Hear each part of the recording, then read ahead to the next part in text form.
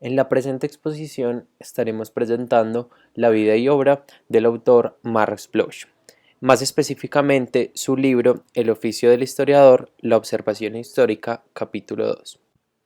Marc Bloch nace el 6 de julio de 1886 en Lyon, Francia, y muere a los 57 años fusilado por el ejército nazi el 6 de junio de 1944.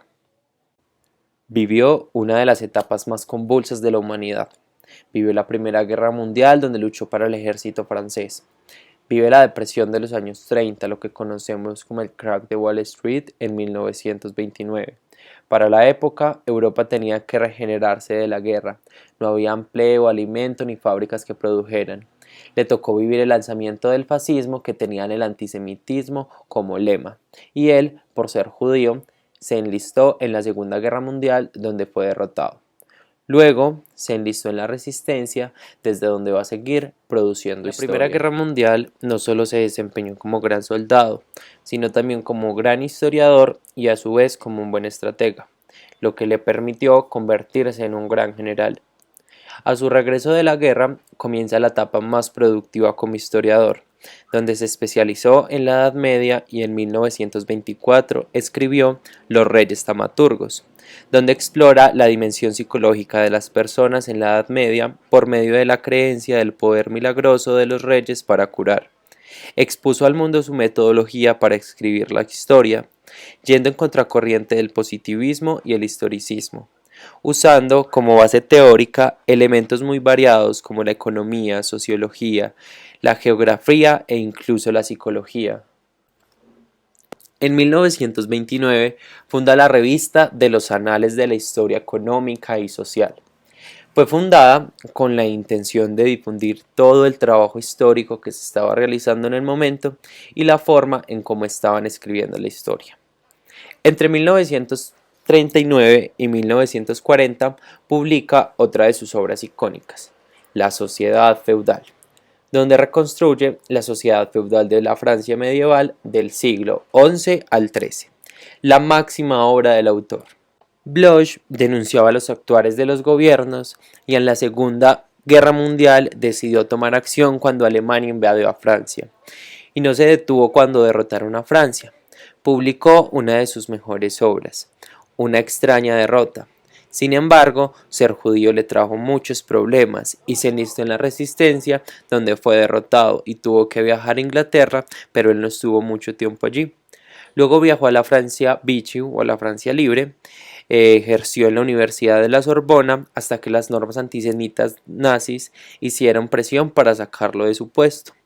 Fue donde volvió a ingresar a la resistencia hasta que su participación se hizo muy evidente para los gobiernos nazis y fue arrestado. El tiempo que estuvo en prisión lo aprovechó y lo dedicó para escribir Una extraña derrota y Apología de la historia. Esta obra es inconclusa. Trató de plasmar en ella una metodología para escribir la historia. Marc Bloch fue fusilado el 16 de junio de 1944 por el régimen nazi, y algunos testigos afirman que sus últimas palabras fueron Vive la France. Ahora estaremos repasando las ideas principales de su libro Apología para la Historia. En primer lugar, hay que tomar en cuenta que es un libro inconcluso. Su hijo lo encontró dentro de sus papeles en su escritorio y los ordenó y asimismo los envió a la editorial. En segundo lugar, el libro fue escrito durante la guerra, por lo tanto, fue un libro mucho más personal que intelectual. Es un libro que no depende de citas textuales o de investigación, sino de cómo ha vivido y cómo ha trabajado él. Plasma su experiencia como investigador e historiador. El libro está escrito y estructurado para que lo entiendan profesionales como estudiantes. Es una ventana al método al que él recurría. Primero, rasgos generales de la observación histórica. El historiador está en una posición desde la cual le es imposible comprobar por sí mismo los hechos que está estudiando. Ningún egiptólogo ha visto a Ramsés, ningún especialista en las guerras napoleónicas ha oído el cañón de Austerlitz. Por lo tanto, no podemos hablar del pasado sino por medio del testimonio de otros. Para definirlo con una palabra, en contraste con el conocimiento presente, el conocimiento pasado es indirecto. Se entiende por conocimiento indirecto el que no alcanza el espíritu del historiador más que por el canal de espíritus humanos diferentes. ¿Cómo podríamos, por ejemplo, conocer una fe que no compartimos si no es a través de los otros? La inducción se funda en la comprobación de un hecho y no interviene el testimonio de una persona distinta al investigador. Los documentos materiales no son en modo alguno los únicos que poseen el poder de ser captados a primera mano. El pedernal tallado por el artesano de la edad de piedra, rasgos del lenguaje, un rito fijado por un libro de ceremonias, son otras tantas realidades que captamos y explotamos con un esfuerzo de inteligencia estrictamente personal. No es cierto que el historiador no tenga otras maneras de saber lo que pasa en su laboratorio si no es por los informes de un extraño. La primera característica del conocimiento de los hechos humanos del pasado y de la mayor parte de los del presente consiste en ser un conocimiento por huellas. ¿Qué entendemos por documento? Una huella, la marca que ha dejado un fenómeno y que nuestros sentidos pueden percibir. Importa poco que el objeto original sea por naturaleza inaccesible a la sensación, como la trayectoria del átomo que solo es visible en el tubo de Crookes. Poco importa que se haya vuelto inaccesible a la sensación a causa del tiempo, como el helecho que podrido hace millares de años ha dejado su huella. Puede ser que alguna de ellas vuelva a existir, en cuanto a informes de los testigos. El pasado es un dato que ya nada podrá cambiar. El conocimiento pasado es algo que está en bastante progreso, que se transforma y se perfecciona sin cesar.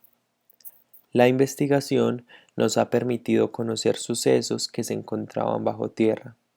Han surgido nuevos procedimientos de investigación antes ignorados, pero los exploradores del pasado no son hombres totalmente libres. El pasado es un tirano y les prohíbe que sepan de él lo que él mismo no les entrega, científicamente o no. Los testimonios.